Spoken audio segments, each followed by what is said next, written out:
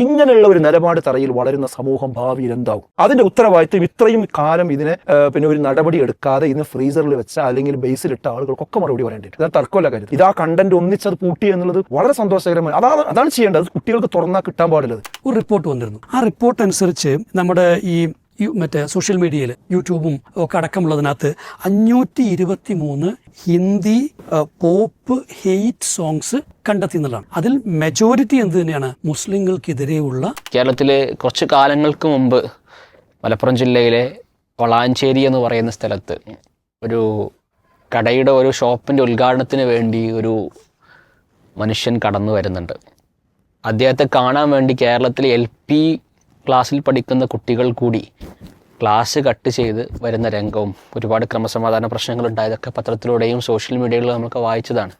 അദ്ദേഹത്തിൻ്റെ ഏറ്റവും വലിയൊരു ഹൈലൈറ്റ് ആയിട്ട് എല്ലാവരും പറയുന്നത് സോഷ്യൽ മീഡിയയിൽ കയറി തെറി പറയുമെന്നുള്ളതാണ്. ഏറ്റവും സഭ്യമല്ലാത്ത രൂപത്തിൽ പെരുമാറുന്ന ആളുകളെ ഏറ്റവും മോശമായ രൂപത്തിൽ സംസാരിക്കുന്നൊരു വ്യക്തി, അതിനെ ഫാനുകളായിക്കൊണ്ട് ഒരുപാട് ആളുകൾ കടന്നു വരികയാണ്. ഒരുപാട് ആ കാലഘട്ടം മുതൽ തന്നെ ഈ വ്യക്തി ഒരു പക്ഷേ ചർച്ച ചെയ്യപ്പെടുകയും അദ്ദേഹത്തെ തൊപ്പി എന്നുള്ള പേരിലൊക്കെ അറിയപ്പെടുകയൊക്കെ ചെയ്തപ്പോൾ ഇന്ന് പുതിയ കാലഘട്ടത്തിൽ അദ്ദേഹം ഒരു നിയമ നടപടിക്ക് ഏർപ്പെടുകയാണ്. അദ്ദേഹത്തിൻ്റെ യൂട്യൂബ് ചാനലുകളടക്കം പൂട്ടിക്കുന്ന അവസ്ഥ, സർക്കാർ പൂട്ടി വീഴുന്നൊരവസ്ഥ ഉണ്ടായിട്ടുണ്ട്. ഇതൊരുപാട് കാലഘട്ടമായി ഇദ്ദേഹം ചർച്ച ചെയ്യപ്പെട്ടുകൊണ്ട് ഇദ്ദേഹത്തെ ആളുകൾ ക്രൂശിക്കുകയും ഇദ്ദേഹത്തെ ആളുകൾ ചർച്ച ചെയ്യപ്പെട്ടുകൊണ്ടിരിക്കുന്ന സമയമാണ്. യഥാർത്ഥത്തിൽ അഷ്റഫ് ഖാ, നമുക്കെല്ലാവർക്കും അറിയാവുന്ന പോലെ തൊപ്പി വീണ്ടും അദ്ദേഹത്തിൻ്റെ യൂട്യൂബ് ചാനൽ പൂട്ടിട്ടിരിക്കുകയാണ്. സർക്കാർ ഒരു നിയമ നടപടിക്ക് തയ്യാറായിരിക്കുകയാണ്. എന്നിരുന്നാലും നമ്മളെ സംബന്ധിച്ചിടത്തോളം ഇത്തരം നിയമ നടപടികൾ എടുക്കാൻ പലപ്പോഴും വൈകുന്നു എന്നുള്ളൊരു സാഹചര്യം, ഇത് ഇങ്ങനൊരു സംഭവങ്ങൾ ഇവിടെ നടക്കുന്നുണ്ട് എന്ന് പൊതുസമൂഹം തിരിച്ചറിഞ്ഞ ഒരുപാട് കാലഘട്ടമായിട്ടുണ്ട്. പക്ഷേ സർക്കാർ ഇത്തരം വിഷയത്തിൽ അല്ലെങ്കിൽ ഇത്തരം നിയമ നടപടികൾ എടുക്കാൻ വൈകുന്നു എന്നുള്ളതൊക്കെ ഒരു നമ്മളെ സമൂഹത്തെ ഭയപ്പെടുത്തേണ്ടുന്ന ഒന്ന് തന്നെയാണോ? അതെങ്ങനെ ഒരു നടപടിയിലേക്ക് വരാൻ വൈകി എന്നത് നമ്മളെ ഭയപ്പെടുത്തേണ്ടതാണ്, ആശങ്കപ്പെടുത്തേണ്ടതാണ്. അങ്ങനെ വൈകിയതിൻ്റെ പിന്നിലുള്ള രസതന്ത്രത്തെ പഠന വിധേയമാക്കേണ്ടതാണ്. എന്നാലും നമുക്ക് വൈകിയാണെങ്കിലും ഈ വിഷയത്തിൽ ഒരു സ്റ്റെപ്പ് വെച്ചതിന് നമ്മുടെ ഭരണകൂടത്തെ, സംവിധാനത്തെ, പോലീസ് ഡിപ്പാർട്ട്മെൻറ്റിനെ, അതിൻ്റെ മന്ത്രിയെ പ്രത്യേകം അഭിനന്ദിക്കണമെന്നാണ് എനിക്ക് പറയാനുള്ളത്. കാരണം ഇങ്ങനെയുള്ള ആളുകളെ പൂട്ടാൻ പലരും പല സന്ദർഭങ്ങളിലും അതിനൊരുപാട് അവസരങ്ങൾ ലഭിച്ചിട്ടും ഒരുപാട് ആളുകൾ അത് ആവശ്യപ്പെട്ടിട്ടും എന്തൊക്കെയോ കാരണങ്ങളാൽ അറച്ചു നിന്നു. അവിടെ നിന്ന് മുന്നോട്ട് പോയിട്ട് ഇത് പൂട്ടിക്കെട്ടണം എന്ന് പറയുകയും അത് പൂട്ടിക്കെട്ടുകയും ചെയ്ത ഒരു നിമിഷത്തിലാണ് നമ്മളുള്ളത്. ഇനി അദ്ദേഹം കോടതിയിൽ സമീപിച്ചിട്ടുണ്ട്, മുൻകൂർ ജാമ്യത്തിന് വേണ്ടി പോയിട്ടുണ്ട്. അത് കൊടുക്കരുതെന്ന് പോലീസ് ആവശ്യപ്പെട്ടിട്ടുണ്ട്. അത് എന്താണ് ഇനി സംഭവിക്കുക എന്നുള്ളത് ഇന്ന് ആ വിഷയത്തിൽ സംതൃപ്തകരമായ നീക്കമാണ്. നാളെ എന്തായിരിക്കുമെന്ന് നമുക്ക് പറയാൻ കഴിയാത്ത വിധം ഇപ്പോഴും ഇത്തരം വിഷയങ്ങളുടെ പരിസരം ആശങ്കാകുലമാണ്. ഇവിടെ നമ്മൾ ചിന്തിക്കേണ്ട ഒരു പ്രധാനപ്പെട്ട കാര്യം എനിക്ക് തോന്നിയത് എന്താ വെച്ചാൽ, അതായത് ഈ വളാഞ്ചേരിയിൽ ഇദ്ദേഹം വരുമ്പോൾ തന്നെ ലക്ഷക്കണക്കിന് ഫോളോവേഴ്സ് അദ്ദേഹത്തിനുണ്ട്. അപ്പോൾ അതിൻ്റെ അർത്ഥം വളാഞ്ചേരി വരുമ്പോൾ അല്ല അദ്ദേഹം ഫേമസ് ആവുന്നത് അല്ലെങ്കിൽ രംഗത്ത് വരുന്നത്. അങ്ങനെ ഒരു സമാന്തര ലോകം ഉണ്ടായിരുന്നുവെന്ന് നമ്മളെപ്പോലുള്ള ആളുകൾ അറിഞ്ഞതെന്നാണ് എന്നുള്ളതാണ് വസ്തുത. അതിൻ്റെ ശ്രോതാക്കളായിട്ട്, പ്രേക്ഷകരായിട്ട് ആ നേരത്തെ പറഞ്ഞ LP, UP, ഹൈസ്കൂൾ പ്രായത്തിലുള്ള കുട്ടികൾ ധാരാളമായിട്ട് എന്ത് ചെയ്തിട്ടുണ്ട്, അതിൻ്റെ എത്രയോ മുമ്പ് ഉണ്ടായിട്ടുണ്ട്. പിന്നെ ഒരു സുപ്രഭാതത്തിൽ അദ്ദേഹം വന്നപ്പോൾ അദ്ദേഹത്തെ കാണാൻ വേണ്ടി വന്നു എന്നുള്ളതാണ്. അപ്പോൾ അങ്ങനെ അത് ഏത് വർഷമായിരിക്കും എന്ന് എനിക്ക് ഓർമ്മയില്ല. എങ്ങനെയായാലും കോവിഡ് കഴിഞ്ഞ് തൊട്ട് ഉടനെ അത് വർഷങ്ങൾ കഴിഞ്ഞു എന്തായിരുന്നാലും. എന്നിട്ട് ഇപ്പോഴാണല്ലോ ഒരു നടപടിയിലേക്ക് വന്നത്. അപ്പോൾ അത് വരാതിരിക്കുന്നതിൻ്റെ പിന്നിൽ ഞാൻ പറഞ്ഞല്ലോ ഒരു പഠനം ആവശ്യമുണ്ട്. അതിൽ ഞാൻ മനസ്സിലാക്കുന്നത് എന്താ വെച്ചാൽ, ഒന്ന് നമ്മുടെ ഈ ജെൻസി തലമുറ, ആ തലമുറയിൽ നിന്നുണ്ടാകുന്ന അരുതായ്മകൾ, അതിനോടൊക്കെ സമൂഹം ഒരു പ്രതികരിക്കാനൊന്ന് അറച്ചു നിന്നു എന്നത് നമ്മൾ മെൻഷൻ ചെയ്യേണ്ടതുണ്ട്. അതായത് അത് ഒരു പ്രത്യേക തത്വശാസ്ത്രം തന്നെ കൊണ്ടുവന്നിട്ടുണ്ട്.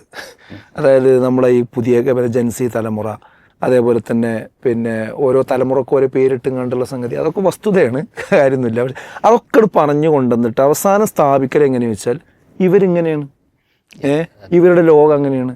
അവസാനം ഇവരെ വിമർശിക്കണവരാണ് പ്രതികൾ, ഇവരെ അവലോകനം ചെയ്യണവരാണ് പ്രശ്നക്കാർ. അവർ ഓഡിറ്റ് ചെയ്യുന്നതാണ് പിന്നെ ഈ ലോകത്തിനും കാലത്തിനും ചേരാത്തത് എന്ന ഒരു നെറേറ്റീവിലേക്ക് മൊത്തത്തിൽ കൊണ്ടുവന്നു. പുതിയ വേർഡും വന്നു, തന്തവൈബ്. തന്തവൈബ് എന്നുള്ള വേർഡും വന്നു. പിന്നെ പറഞ്ഞ് എവിടെ എത്തിയെന്ന് വെച്ചാൽ സമാന്തര ലോകത്ത് ഇപ്പോൾ അവരാണോ നമ്മളാണോ എന്ന് ചോദിക്കണോടത്തേക്ക് എത്തി. ഇത് അവരൊരു സമാന്തര ലോകം ഇവിടെ ക്രിയേറ്റ് ചെയ്തിട്ടുണ്ടെന്ന് പറയുമ്പോൾ അവരാണോ നമ്മളാണോ സമാന്തര ലോകത്ത്, അഥവാ അതിൻ്റെ എണ്ണം കൂടിയിട്ടുണ്ട്. ഇപ്പം നമ്മളാണ് എന്ത് തന്തവൈബായിട്ട് കുറച്ച് ആൾക്കാർ ഇങ്ങനെ ഈ ധാർമ്മികത, സദാചാരം, മൂല്യം എന്നൊക്കെ പറഞ്ഞ് നടക്കണം. അതായത് അതിനെ വല്ലാതെ പിന്നെ ഒരു മഹത്വവൽക്കരിക്കുകയും ലെജിറ്റിമേറ്റ് ചെയ്യാനുള്ള സാഹചര്യങ്ങൾ ഉണ്ടാക്കുകയും ഒക്കെ ചെയ്യുന്നൊരു സാഹചര്യം ഇവിടെ ഉണ്ടായിട്ടുണ്ട്. അതിനെ നമ്മൾ ഈ സന്ദർഭത്തിൽ ശരിക്ക് വിചാരണ ചെയ്യണം, അല്ലെങ്കിൽ അതിനെക്കുറിച്ച് ചിന്തിക്കണം. അങ്ങനെ ചർച്ച ചെയ്ത ആളുകളൊക്കെ ഒരു പുനരാലോചനയ്ക്ക് വിധേയമാകണം എന്ന് എനിക്ക് പറയാനുള്ളത്. ഇത് വൈകിയത് ഇപ്പം നമ്മുടെ സിസ്റ്റത്തിൽ ഇതിൻ്റെ നടപടിയെടുക്കാൻ വൈകി എന്ന് പറഞ്ഞത് എന്തുകൊണ്ട് വെച്ചാൽ സമൂഹത്തിൽ ഈ നിലനിൽക്കുന്ന ആശയക്കുഴപ്പമാണ്. അതായത് സമൂഹത്തിൻ്റെ ധാർമ്മികതയോട് വന്ന, ധാർമ്മിക സദാചാര മൂല്യങ്ങളോട് വന്ന മനോഭാവത്തിലുള്ള മാറ്റത്തെയാണ് ഈ വിഷയത്തിൽ നമ്മൾ ചർച്ചക്കെടുക്കേണ്ടത്. അതായത് പണ്ട് നമ്മൾ ധാർമ്മികതയായി കണ്ടിരുന്ന എന്തെല്ലാം കാര്യങ്ങളുണ്ട് അതൊക്കെ ഇന്ന് അതേ അളവിലും അർത്ഥത്തിലും സ്ഥാനത്തും പറഞ്ഞു കഴിഞ്ഞാൽ അതൊക്കെ ഒരു പ്രശ്നമാണ്. അതൊക്കെ പണ്ടത്തെ കാര്യമല്ലേ എന്ന് പറഞ്ഞ് അതിനെ മറിച്ചിടുന്ന ഒരു രീതിയിലേക്ക് എന്ത് ചെയ്തിട്ടുണ്ട് സമൂഹത്തിൽ തന്നെ വന്നു. അതുകൊണ്ടാണ് ഇത്ര പച്ചത്തെറി ഇയാൾ പറയാൻ തുടങ്ങിയിട്ട് നമ്മളതന്ന് വന്ന സമയത്ത് തന്നെ എന്ത് ചെയ്തിട്ടുണ്ട്. ഞാനതിൻ്റെ ഒരു ചെറിയ ഭാഗമേ കണ്ടിട്ടുള്ളൂ. അത് ആരോ ആ സമയത്ത് അയച്ചു തന്നതാണ്. അത് കണ്ട് കഴിഞ്ഞപ്പോഴേക്ക് എനിക്ക് മനസ്സിലായി ഇതെന്ത് ഇയാളെയാണോ നമ്മളെ ആൾക്കാരിങ്ങനെ എന്നാലും അദ്ദേഹം എന്നൊക്കെ പറഞ്ഞിട്ട് ഇങ്ങനെ കുളിപ്പിക്കണതെന്ന് നമ്മൾ അന്നേ പ്രതികരിച്ചിട്ടുണ്ട്. പക്ഷെ ആ പ്രതികരിച്ചതിന് അയാളും പ്രതികരിച്ചിട്ടുണ്ട്. പിന്നെ ആരോ എനിക്കത് അയച്ചു തന്നു. അതിൻ്റെ അടിയിലൊക്കെ അന്ന് അദ്ദേഹത്തെ വൈറ്റ് വാഷ് ചെയ്യാൻ വേണ്ടി അത് ഒരു ലോകമല്ലേ, അവരുടെ പ്രായമല്ലേ, അവർക്കും പറയാനുള്ള അവസരമില്ലേ എന്നൊക്കെ ചോദിച്ചുകൊണ്ടിരുന്ന കുറേ ആൾ. അത് ആരാ ചോദിക്കണമെന്ന് വെച്ചാൽ അത്ര നമ്മൾ മോശക്കാരെന്ന് പറയുന്ന ആൾക്കാരൊന്നുമല്ല. കുറേ മീഡിയ പ്രവർത്തകരും മറ്റുള്ള ആളുകളും പല ടൈപ്പ് ആൾക്കാരൊക്കെ ചെയ്തിട്ടുണ്ടെന്ന് ചോദിച്ചിട്ടുണ്ട്.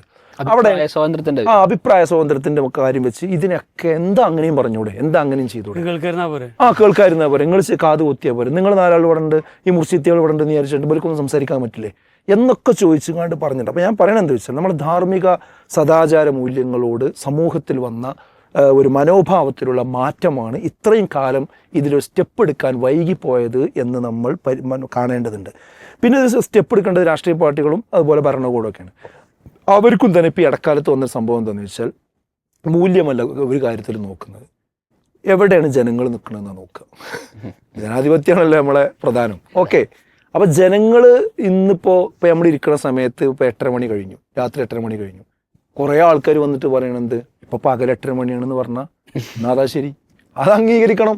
രാത്രി 8:30 മണിയെന്ന് പറഞ്ഞൊക്കെ അത് ആൾ കുറവാണെങ്കിൽ അംഗീകരിക്കാൻ പറ്റില്ല. ഈ രൂപത്തിലേക്ക് പിന്നെ വസ്തുതകളെ പിന്നെ വിശദീകരിക്കേണ്ടതും വ്യാഖ്യാനിക്കേണ്ടതും തല എണ്ണിക്കൊണ്ടാണ്. അപ്പോൾ ഈ തൊപ്പിൻ്റെ ഒപ്പം കുറേ ആളുണ്ട് കേട്ടോ.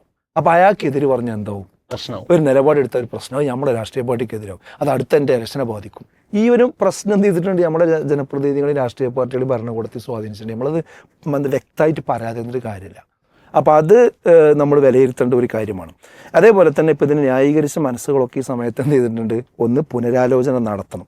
പിന്നെ നമ്മുടെ കാലത്തൊക്കെ നമ്മളൊക്കെ ചെറുപ്പത്തിൽ ഇപ്പോൾ അമിത മാഷിക്കൊക്കെ അറിയാം, നമ്മൾ 1-ാം ക്ലാസ്സിലൊക്കെ പഠിച്ചിരുന്ന പാഠഭാഗങ്ങൾ, കഥകൾ, അതുപോലെ കുറേ മോറൽ സ്റ്റോറീസ് നമ്മൾ വായിച്ചിട്ടുണ്ട്. നമുക്ക് നമ്മുടെ പിതാക്കളിൽ നിന്ന് അങ്ങനെ കുറേ കഥകൾ കേട്ടിട്ടുണ്ട്. അങ്ങനെ മനുഷ്യൻ്റെ ചെറുപ്രായത്തിൽ കേൾക്കുകയും കാണുകയും അറിയുകയും അയവിറക്കുകയും ചെയ്ത അങ്ങനെയുള്ള ഒരു മൂല്യബോധത്തിൽ നിന്നുകൊണ്ടാണ് അവർ വളരുകയും പിന്നെ കാഴ്ചപ്പാടുകൾ രൂപീകരിക്കപ്പെടുകയും ചെയ്യുന്നത്. അങ്ങനെയൊരു സമൂഹം ഉണ്ടാകുന്നത്. പക്ഷെ ഇപ്പോഴത്തെ നമ്മുടെ കുട്ടികളെ സംബന്ധിച്ചിടത്തോളം നമ്മൾ ആ കേട്ടിരുന്ന സ്ഥാനത്ത് ഇവർ കേൾക്കുന്നത് ഇദ്ദേഹത്തെയാണ്, ഇതുപോലെയുള്ള ആൾക്കാരെയാണ്. അത് ലക്ഷക്കണക്കിന് കുട്ടികളാണ് കേട്ടുകൊണ്ടിരിക്കുന്നത്. അവൻ്റെ ഹെയർ സ്റ്റൈലും അവൻ്റെ രീതിയും അവൻ്റെ പോക്കൃത്തരും അവൻ ആ വാപ്പാനോടും ഉമ്മാനോടും കുടുംബത്തോടും സിസ്റ്റത്തോടും കാണിക്കുന്ന ആ കോപ്രായങ്ങളും ആ വൈകാരികതയും അങ്ങനത്തെ ഒരു പ്രതിഷേധ മനസ്സിൻ്റെ, അതായത് അതുപോലെ തന്നെ ആരെയും വില വെക്കാത്ത, ആരെയും കൂസാത്ത ഒരവസ്ഥയാണ് ഇവർക്ക് ചെറുപ്രായത്തിൽ ഈ കുട്ടികൾക്ക് അടിത്തറയായിട്ട് എന്ത് ചെയ്തിട്ടുള്ളത്, ഉണ്ടായിട്ടുള്ളത്. നമ്മൾ കാണാതെ പോകാൻ പാടില്ല. നമ്മളാ കേട്ട കഥകളോ നമ്മൾ വായിച്ച സംഭവങ്ങളോ അങ്ങനെയുള്ള മൂല്യങ്ങളോ ഒന്നും ഈ കുട്ടികൾക്ക് കിട്ടിയിട്ടില്ല. ഇതാണ് ഇവർക്ക് കിട്ടി. ഇങ്ങനെയുള്ള ഒരു നിലപാട് തറയിൽ വളരുന്ന സമൂഹം ഭാവിയിൽ എന്താവും, അതിൻ്റെ ഉത്തരവാദിത്വം ഇത്രയും കാലം ഇതിനെ പിന്നെ ഒരു നടപടി എടുക്കാതെ ഇതിനെ ഫ്രീസറിൽ വെച്ച അല്ലെങ്കിൽ ബേസിലിട്ട ആളുകൾക്കൊക്കെ മറുപടി പറയേണ്ടിയിട്ടുണ്ട്. തീർച്ചയായിട്ടും ഇതാ തർക്കമല്ല കാര്യത്തിൽ. ഇതാ കണ്ടന്റ് ഒന്നിച്ചത് പൂട്ടി എന്നുള്ളത് വളരെ സന്തോഷകരമായി. അതാണ് ചെയ്യേണ്ടത്. അത് കുട്ടികൾക്ക് തുറന്നാൽ കിട്ടാൻ പാടില്ലത്. അത് ഒറ്റ നോട്ടത്തിൽ ഇത് നമ്മളെ കുട്ടികൾക്ക് നമ്മുടെ സമുദായത്തിന് സമൂഹത്തിന് കാണാൻ പാടില്ലാത്തതാണെന്ന് ഒരു തീരുമാനിക്കാനുള്ള ഒരു മനസ്സ് നമ്മുടെ ആളുകൾക്ക് വന്നില്ല എന്ന് പറഞ്ഞാൽ അത് നിസ്സാര വിഷയമല്ല എന്ന് ഞാൻ പറയുന്നത്. ഏതായാലും വൈകിയാണെങ്കിലും നീതി വന്നതിൽ നമുക്ക് സന്തോഷിക്കാമെന്ന് എനിക്ക് തോന്നുന്നു. പിന്നെ രാഷ്ട്രീയക്കാരെ പോലെ തന്നെയാണ് ഇപ്പോൾ കട ഉദ്ഘാടനം ചെയ്യാനാണല്ലോ വളാഞ്ചേരി കൊണ്ടുവന്നത്. ഈ ഉദ്ഘാടനം ചെയ്യണോലും തന്നെ അവരാൻ്റെ കടയിലേക്ക് ആളുകൾ വരണമെങ്കിൽ എന്ത് പിന്നെ മോശത്തരം വിളിച്ചു പറയുന്ന ആളായാലും പാടില്ല. ആൾക്കാരെ കൂടെ ഉള്ളത് വെച്ചാൽ അയാളെ കൊണ്ടുവരുന്നുള്ളൊരു ഉണ്ട്. അവരൊക്കെയാണ് ഇങ്ങനത്തെ ആളുകൾക്ക് എന്ത് ചെയ്യുന്നത്, ഒരു വിസിബിലിറ്റി കൊടുക്കുന്നതും വളം വെച്ച് കൊടുക്കുന്നതും ഒക്കെ അവരും ഇത് ഈ സന്ദർഭത്തിൽ ചിന്തിക്കണം എന്നാണ് എനിക്ക് പറയാനുള്ളത്. അവസാനത്തെ കാര്യം പറയാനുള്ളത്, ഇതൊരു തുടക്കമാകണം. ഇതുപോലെ ധാരാളം സാധനങ്ങളുണ്ട്. നമ്മുടെ പിന്നെ നമ്മളൊക്കെ ഈ ആഭ്യന്തരമന്ത്രിയും മുഖ്യമന്ത്രിയും ഒക്കെ കണ്ടപ്പോൾ ഇത്തരം വിഷപ്രയോഗം നടത്തുന്ന രണ്ട് ഭാഗമാണ്. ഒന്ന്, സമൂഹത്തെ ഒരു തികച്ചും നിയമവിരുദ്ധമായ ഒരു ലിബറൽ സൊസൈറ്റിയാക്കി മാറ്റുന്നതിന് വേണ്ടി അതിൻ്റെ മാലിന്യങ്ങളിലേക്ക് തള്ളിവിടുന്ന ഒരു ആളുകളുണ്ട്. അതാണ് ഇങ്ങനത്തെ കണ്ടന്റുകൾ ഉണ്ടാക്കുന്ന ആളുകൾ. മറ്റൊന്ന്, ഒരു വെറുപ്പിൻ്റെ കടലിലേക്ക് കേരളത്തെ വലിച്ചെറിയാൻ വേണ്ടി പരിശ്രമിച്ചുകൊണ്ടിരിക്കുന്ന യൂട്യൂബർമാരുണ്ട്. അത് പ്രധാനമായിട്ടും മുസ്ലിം വിരോധം തന്നെ പ്രസംഗിച്ചുകൊണ്ടിരിക്കുക, അതിന് മുസ്ലിം പേര് കൂടി എന്ത് ചെയ്യും ഉപയോഗിച്ചുകൊണ്ട് പിന്നെ പ്രവർത്തിക്കുന്ന ആൾക്കാരുണ്ട്. ഇത്തരം ആളുകൾക്ക് കൂടി ഉള്ള ഒരു വാണിംഗ് ആയി ഈ വിഷയം വരണം. അതിലേക്ക് കൂടി ഈ നടപടികൾ പടർന്നെത്തേണ്ടതുണ്ട്. എങ്കിലേ കേരളത്തെ രക്ഷപ്പെടുത്തിയെടുക്കാൻ പറ്റും. തീർച്ചയായിട്ടും. പക്ഷേ ഇതൊരു സോഷ്യൽ മീഡിയയിലെ ഒരു സ്വതന്ത്രമായ ഒരു ബന്ധപ്പെടലായിക്കൊണ്ട് ഉയർന്നു വന്ന ഒരവസ്ഥ നമുക്ക് കാണാൻ കഴിയുന്നുണ്ട്. പലപ്പോഴും ഇത്തരം ഒരു കേസൊക്കെ, ഇപ്പോൾ ഈ ഒരു കേസിൻ്റെ പശ്ചാത്തലം എടുത്ത് നോക്കിക്കഴിഞ്ഞാൽ സോഷ്യൽ മീഡിയയിൽ തന്നെ വളരെ ഫോളോവേഴ്സ് ഉള്ള വളരെ മറ്റൊരു വ്യക്തിത്വം അല്ലേ, അദ്ദേഹത്തിൻ്റെ കുടുംബത്തെ ആക്ഷേപിച്ചു എന്നൊക്കെ പറയപ്പെടുന്നു. അപ്പം അങ്ങനത്തെ ഒക്കെ ഒരു സമയങ്ങളിലൊക്കെ ഇത്തരം കേസുകളൊക്കെ ഉണ്ടായി വരുന്നത്. യഥാർത്ഥത്തിൽ ഇങ്ങനൊരു ബന്ധപ്പെടലും കാര്യങ്ങളും കുറച്ചും കൂടി, അല്ലെങ്കിൽ സോഷ്യൽ മീഡിയയിൽ ഒരു നെറ്റിക്വിറ്റി, ഒരു സോഷ്യൽ മീഡിയയിൽ ഉണ്ടാവേണ്ട ഒരു സ്വഭാവ രൂപീകരണത്തിൽ ഉണ്ടാവേണ്ട കുറച്ച് പെരുമാറ്റ മര്യാദകൾ, അത് കുറച്ചും കൂടി ചർച്ച ചെയ്യപ്പെടേണ്ടതുണ്ടോ ഈ ഒരു കാലഘട്ടത്തിൽ? സോഷ്യൽ മീഡിയയിലെ ഒരു സ്പേസ്, അത് ഉപയോഗിക്കുന്നതിലുള്ളൊരു സ്വാതന്ത്ര്യം, ഇത് ഒക്കെ തീർച്ചയായിട്ടും നിയമങ്ങളും സർക്കാരും ഒക്കെ ആയിട്ട് കൂടെ ബന്ധപ്പെട്ടൊരു കാര്യമാണ്. ഇന്നത്തെ സുപ്രീം കോടതിയുടെ ഒരു വിധിയാണോ നിരീക്ഷണമാണോ എനിക്ക് പെട്ടെന്ന് മനസ്സിലായിട്ടില്ല. എന്തായാലും എന്തോ ഒരു ഈ അശ്ലീല ഇത് പോസ്റ്റ് ചെയ്തതായിട്ട് ബന്ധപ്പെട്ടതാണ്. അപ്പോൾ അതിൽ കോടതി പറഞ്ഞതെന്താ വെച്ചാൽ അത് സ്റ്റേറ്റുകളാണ് എന്ത് ചെയ്യേണ്ടത്, അതിൽ തീരുമാനിക്കേണ്ടത് എന്നുള്ളതാണ്. അപ്പോൾ നേരിട്ടും കേട്ട് എന്ത് ചെയ്യേണ്ട, അതുമായിട്ട് വരേണ്ടതില്ല എന്നുള്ളത്. അപ്പോൾ സ്വാഭാവികമായിട്ടും അപ്പോൾ സ്റ്റേറ്റിന് അതിന് അധികാരമുണ്ടെന്നുള്ളതാണ് മനസ്സിലാവേണ്ടത്. എന്തായാലും ഈ പറയുന്ന സോഷ്യൽ മീഡിയകളെല്ലാം ചില പ്രൊഡക്റ്റുകളാണ്. ഈ പ്രൊഡക്റ്റുകൾ അവരുണ്ടാക്കിയിട്ടുള്ള എന്തിനാണ്, സെല്ല് ചെയ്യാൻ വേണ്ടിയിട്ടാണ്. സെല്ല് ചെയ്തിട്ട് ലാഭം ഉണ്ടാക്കാൻ വേണ്ടിയിട്ടാണ്. ഇതിനകത്ത് യഥാർത്ഥത്തിൽ അവർ സ്പേസ് പ്രൊവൈഡ് ചെയ്യുകയാണ് എനിക്കും ഇങ്ങൊക്കെ ചെയ്യുന്നത്. അപ്പോൾ ഞാനും നിങ്ങളൊക്കെ നമ്മളുടേതായിട്ടുള്ളൊരു കണ്ടൻറ് ഉണ്ടാക്കി അല്ലെങ്കിൽ പ്രൊഡക്റ്റ് ഉണ്ടാക്കി അതിൽ വെക്കുമ്പോഴും അതിൻ്റെ ഒരു ലാഭവും ഈ നമുക്കും കിട്ടുന്നുണ്ട്, ഈ പറയുന്നതിൻ്റെ ക്രിയേറ്റേഴ്സിന് കിട്ടുന്നുണ്ട്, ഓണേഴ്സിന്. അപ്പോൾ ഫലത്തിൽ ഇതൊരു വലിയൊരു നെറ്റ്വർക്കിനകത്തുള്ളൊരു കളിയാണ് നടക്കുന്നത്. ഇതിൽ ആരെ നിയന്ത്രിക്കണം. ഇപ്പോൾ ആഡുകളൊക്കെ ഒരു ഭാഗത്തുണ്ട്, അതിൻ്റെ പരസ്യ വരുമാനങ്ങളുണ്ടാവും. എന്തായാലും ലോകത്തെല്ലായിടത്തും ചില ഈ സ്റ്റേറ്റുകളൊക്കെ റെഗുലേറ്ററി അതോറിറ്റീസ് ഉണ്ടാക്കിയിട്ടുണ്ട്. ഇന്ത്യയെ സംബന്ധിച്ചോളം ഇത്തരത്തിലുള്ള റെഗുലേറ്ററി അതോറിറ്റീസ് ഉണ്ട്. ഇപ്പോൾ IT റൂൾ 2021 അനുസരിച്ച് തന്നെ ഇപ്പോൾ എല്ലാ ഈ മേജർ സോഷ്യൽ മീഡിയ ഇൻ്റർമീഡിയേറ്റേഴ്സും എന്ന് വെച്ചാൽ നമ്മൾ യൂട്യൂബ് ആണെങ്കിലും അല്ലെങ്കിൽ മറ്റേ നെറ്റ്ഫ്ലിക്സ് ആണെങ്കിലും ബാക്കി എല്ലാവരും ഇവരൊക്കെ എന്ത് ചെയ്യുന്നത് വെച്ചാൽ ഇന്ത്യൻ ബേസ്ഡ് ആയിട്ടുള്ള ഈ പരാതി പരിഹരിക്കാനുള്ള ഓഫീസേഴ്സിനെ വെക്കണം ഇതിനകത്ത്. ഇത് അവരുടെ വിദേശികൾ പോരാന്നർത്ഥം, ആ ഭാഷ അറിയുന്ന, ആ ഭാഷ മറ്റേ തന്നെ കാര്യങ്ങൾ കണ്ട് ചെയ്യാൻ പറ്റുന്നത്.